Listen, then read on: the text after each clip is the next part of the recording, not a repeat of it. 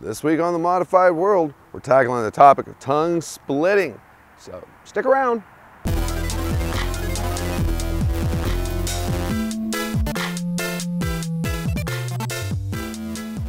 Welcome to The Modified World. As you know, it's the weekly web show about body modification, the people who do it, the people who get it, why it matters. I'm your host. I'm JC Potts. I'm the senior piercer at the world-renowned Pangea Piercing in beautiful sunny downtown Ann Arbor, Michigan. I purvey internet wackiness, and this week the wackiness we're purveying is all about tongue splitting. One of our inimitable crew members, Kat, our web mistress and counter help extraordinaire, has always had a dream since she was way too young to be thinking about this type of stuff, of having her tongue split. And she wants to get her cheeks pierced too. Hasn't done that yet, but she wants to get her tongue split. And so, since our favorite Finn, Sampavan Cyborg, had made his way up here to the Great Lakes region, we decided to take advantage of his expertise.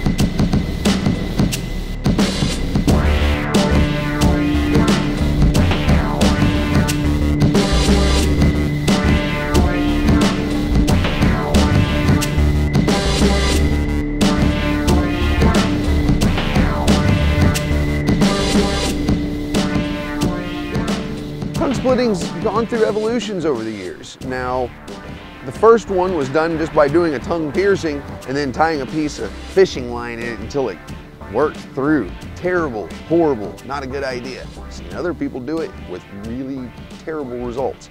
Second one was done with a CO2 laser. You know, that's not the common way of going about it these days.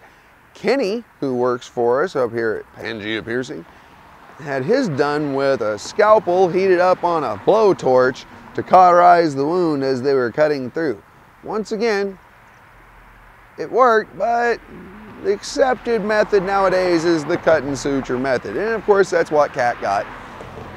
She also had to have the little web under her tongue kind of cut through too, so that to give her a little bit more mobility. And you know, after about 8 to 10 days, sutures came out, and here is the finished result. Now, Kat's somewhat not really all that comfortable talking on camera, but she relayed to me, and I'll relay to you exactly what she went through. She said the swelling and afterwards pain was pretty extreme. Couldn't swallow at all for a couple of days. Wound up on day 3 having to spray water in the back of her throat with a sprayer just to be able to get some fluids in her. She definitely lost some weight out of the whole thing because it was kind of hard to eat. It was day 4 until she was able to do a smoothie. Now, after I think 7 days, she was back to eating, she was able to eat soft foods and stuff.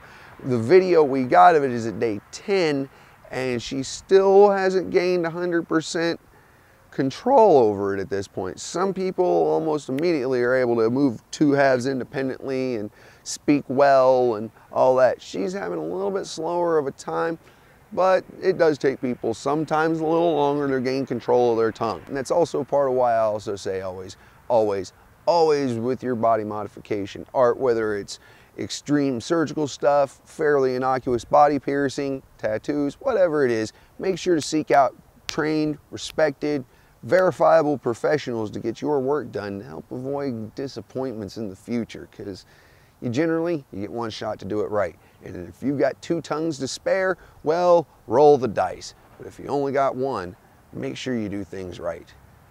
And that was my show this week. I hope you enjoyed it. I hope you learned something, remotely entertained. I do this every week, generally at least every week. So if you want to be sure to keep up on the latest in body modification, technology, information, and stuff and things, then go ahead, throw me a subscription. It doesn't cost anything, and you know, you don't miss any videos. And hit me up. I'm literally one of the most accessible people in the body piercing industry. I love to hear from you guys, so go ahead, get a hold of me or come by the shop. Heck, we're there all the time. And be sure to stop by next week for another episode of Modified World.